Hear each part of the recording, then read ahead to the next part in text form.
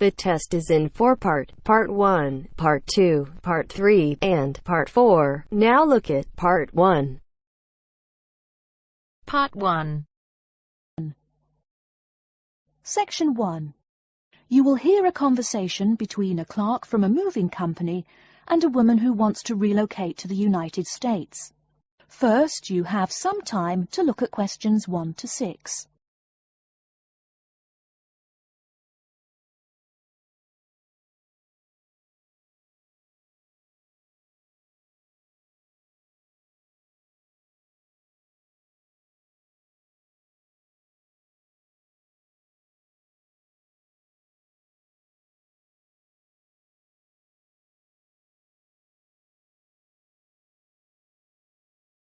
Listen carefully and answer questions 1 to 6. Good morning, ma'am, and welcome to Australia's Moving Experience. How can I help you? Well, I hope you can help me. I'm so up in the air right now. Just calm down now. Let me guess. You're moving and it has you a little confused. That's it exactly. You see, I'm relocating to the United States next month, and I'm having a hard time getting organised. Here, fill out your name and address and let me ask you a few questions. Oh, what should I call you? My name is Jane Bond. OK, Jane, first of all, what's your work phone number? In case I have any questions about things. My work phone is 9463 550. But please try not to call me too often there. My boss hates personal calls. So does mine, ma'am. So does mine. And what address should we ship your things to? My new company is letting me stay temporarily at 509 Clark House. That's C-L-A-R-K, 1137 University Drive in Seattle. Seattle? Beautiful city, I hear. Mountains right beside the ocean almost. Cooler than Australia, too.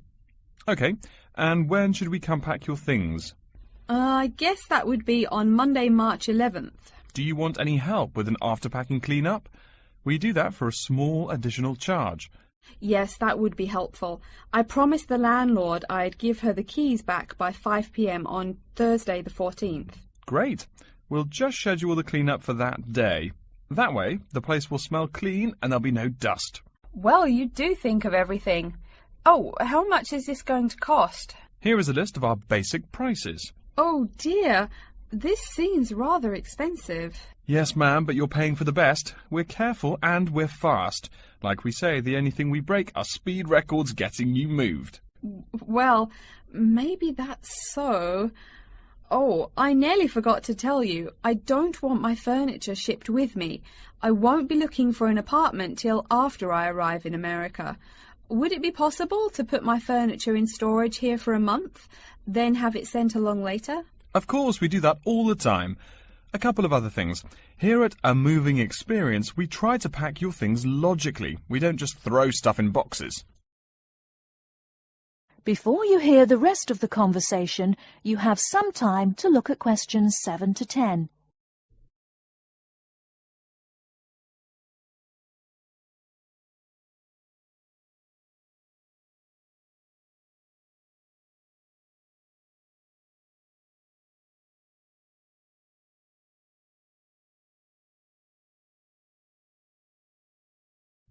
Now listen and answer questions 7 to 10.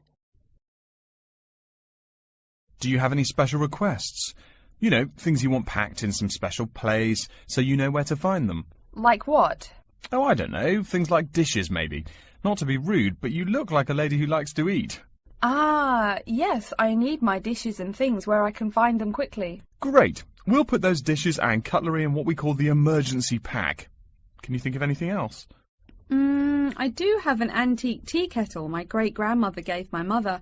I wouldn't want to lose that. So I guess you'd better put that in storage with the furniture. Grandma's tea kettle with the furniture. Got it. Say, how about things like your alarm clock? You don't want to miss your plane on the big day, right? Well, you certainly think of everything. Yes, that's right. I'll also need my alarm clock where I can find it. Fine, we'll put that in your personal package. And of course, we'll give you a list of where we pack everything. So all you'll have to do on Thursday the 14th is grab your luggage on your way out the door. I couldn't help noticing the new CD player you're carrying. Is that a Samsung? Why, yes it is. One of their best. Cost me nearly $100, it did. Do you want to take special care of it? I mean, it's brand new. Take care of it, but nothing special. You can just put it in storage with the furniture. That looks like everything we need here. I guess you're all set. That was certainly quick. Thank you, young man. This has been a most moving experience.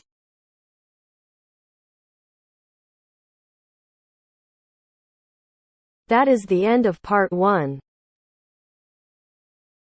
You now have half a minute to check your answers.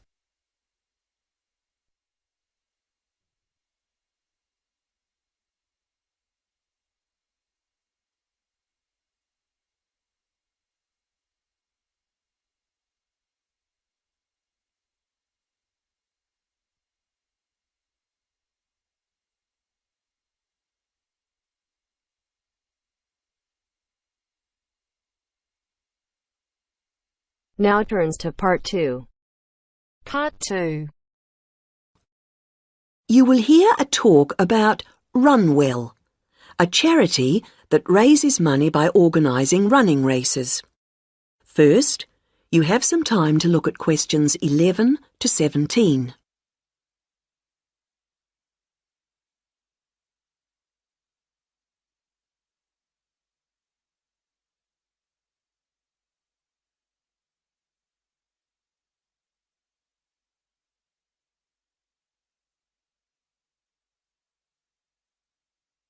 Now listen to the first part of the talk and answer questions 11 to 17. I'm very pleased to have this opportunity to tell you something about the Runwell charity and the work we do. I'll give a brief overview of what we do, and I hope you may be able to help, and then there'll be time for questions at the end. Runwell's founder, Mike Hughes, took up long-distance running in 1987, raising money by doing sponsored half marathons, and in 1992 established the charity as we know it today. By 1997, the runs were being filmed by local TV, and today they appear on national TV every year. All the funds collected by Runwell go to the hospital, with the idea that those fit enough to run use their energy to assist the provision of people who are unwell for whatever reason.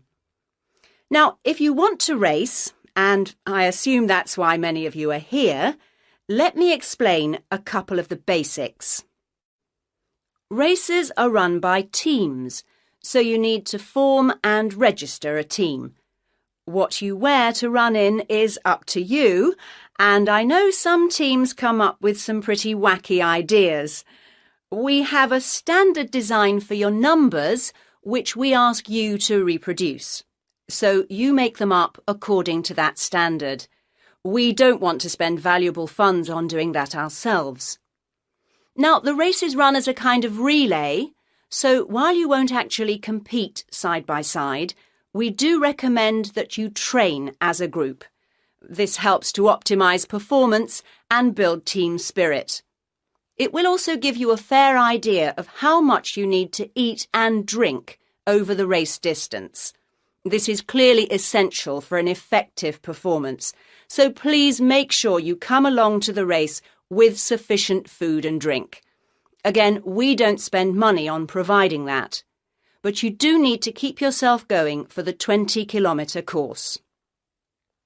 The course goes through the town, then out through Highfield Park, concluding in the main square, where the applauding spectators will be ready to greet you.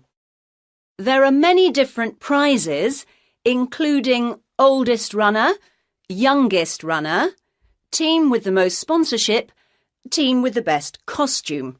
That one's donated by Zoom Fashions. The Mayor will introduce the Minister for Health, who will hand over each prize to the winners, and then the hospital president will make a short speech. Before you hear the rest of the talk, you have some time to look at questions 18 to 20.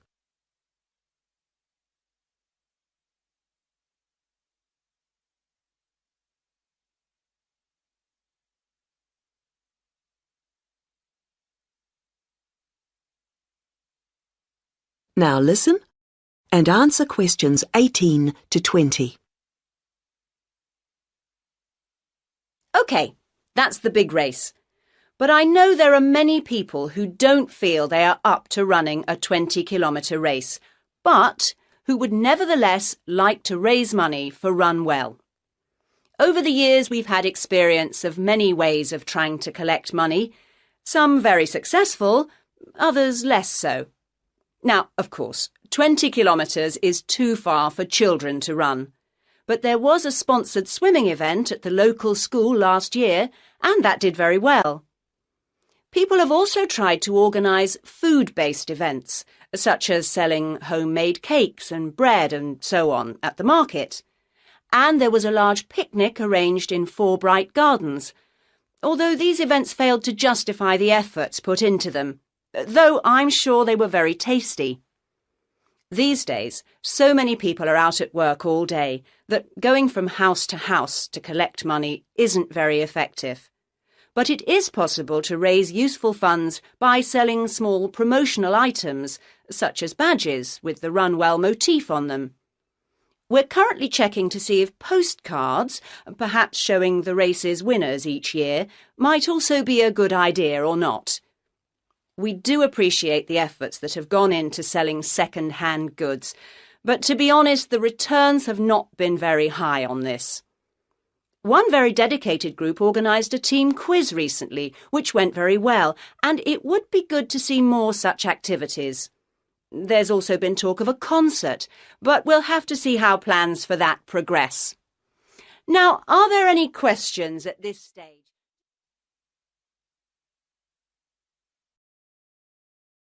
That is the end of part 2. You now have half a minute to check your answers.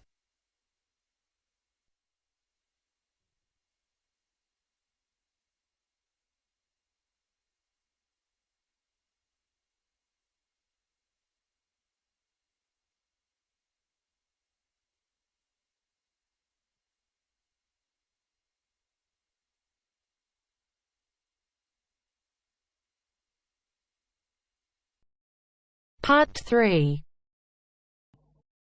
You will hear a student called Tina asking Professor Van Diezen for advice on choosing courses. First, you have some time to look at questions 21 to 26.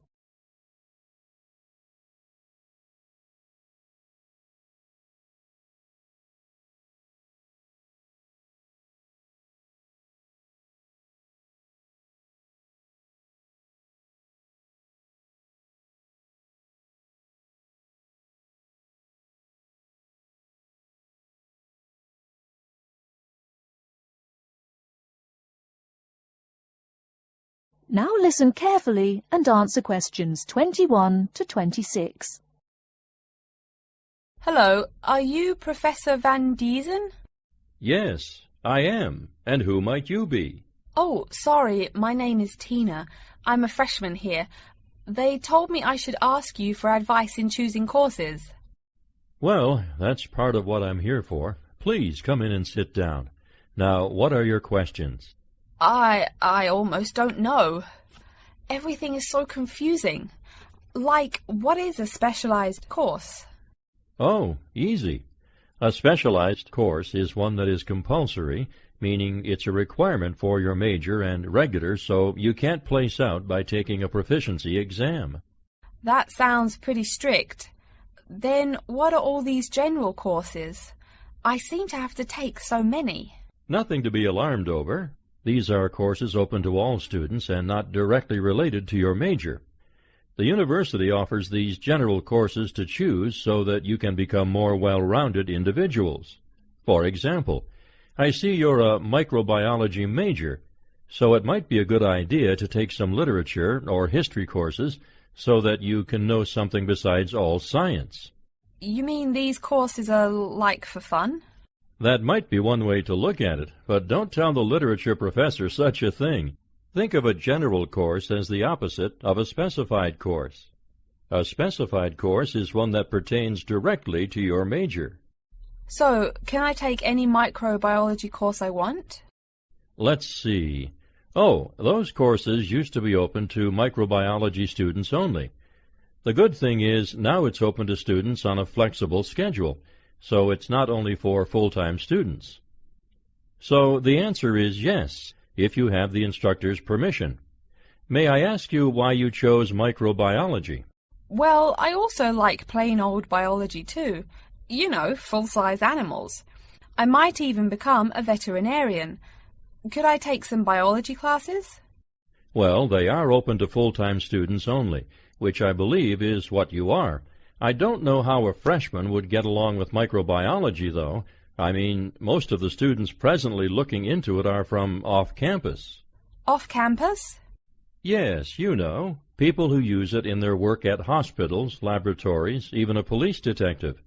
Why did you choose microbiology, if I may ask? I don't think you quite answered that. Well, eventually I want to be a doctor.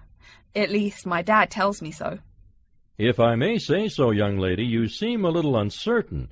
Still, I think that might be a good idea for a career.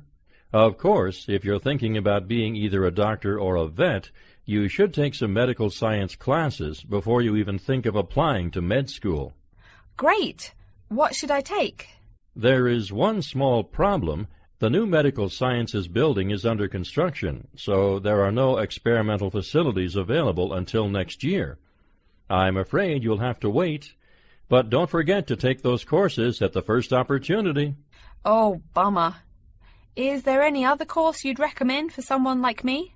Well, since you seem to like animals, have you ever thought about looking into environmental science?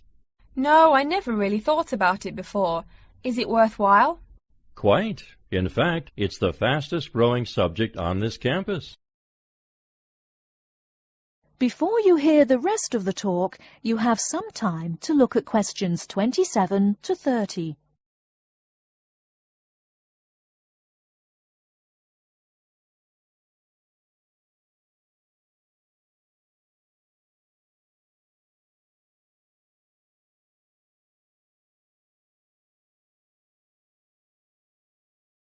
Now listen and answer questions 27 to 30.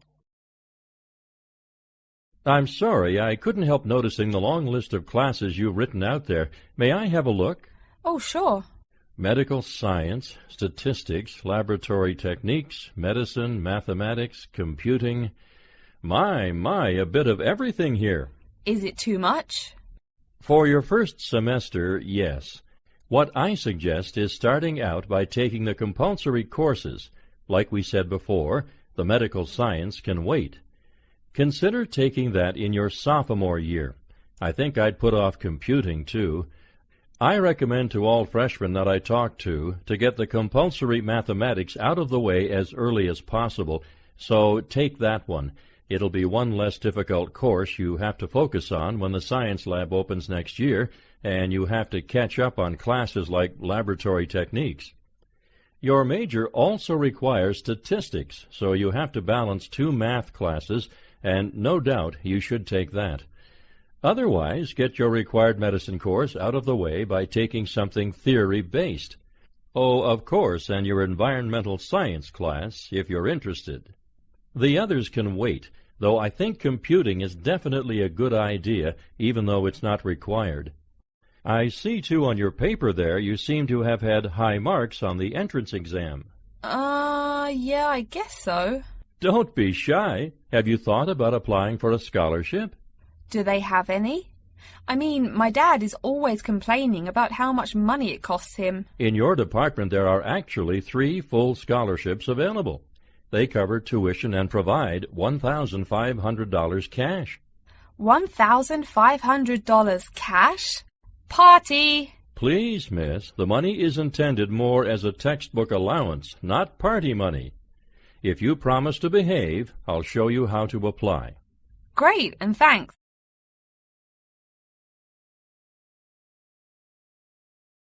That is the end of part 3. You now have half a minute to check your answers.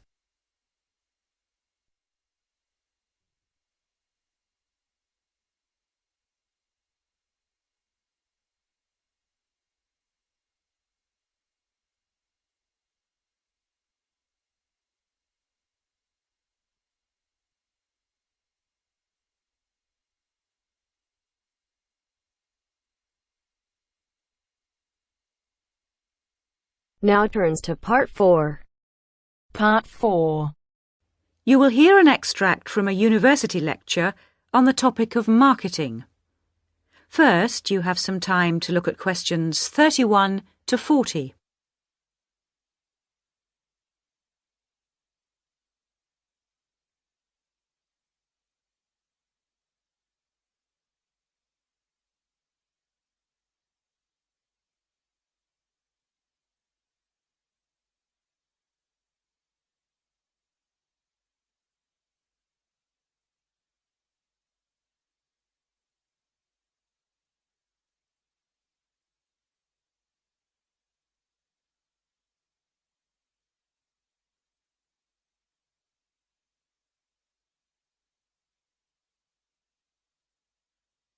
Now listen carefully and answer questions 31 to 40. Last week we looked at some general principles associated with marketing, and today I'd like to look at some of those points in a little more detail. So, what is marketing?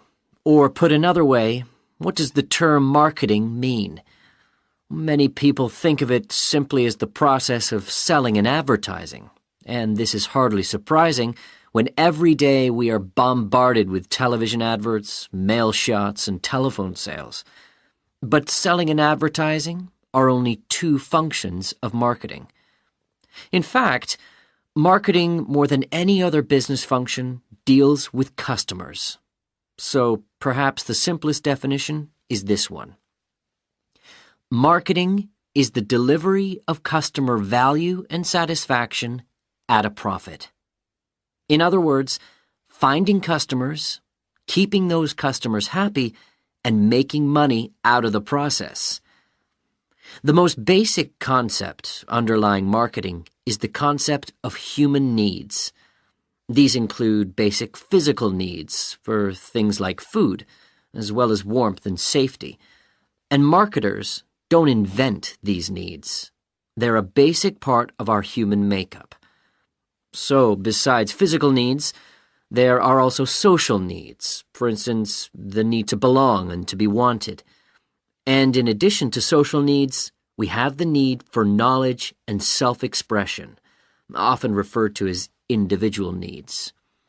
As societies evolve, members of that society start to see things not so much in terms of what they need, but in terms of what they want. And when people have enough money, these wants become demands. Now, it's important for the managers in a company to understand what their customers want if they're going to create effective marketing strategies. So there are various ways of doing this. One way at supermarkets, for instance, is to interview customers while they're doing their shopping.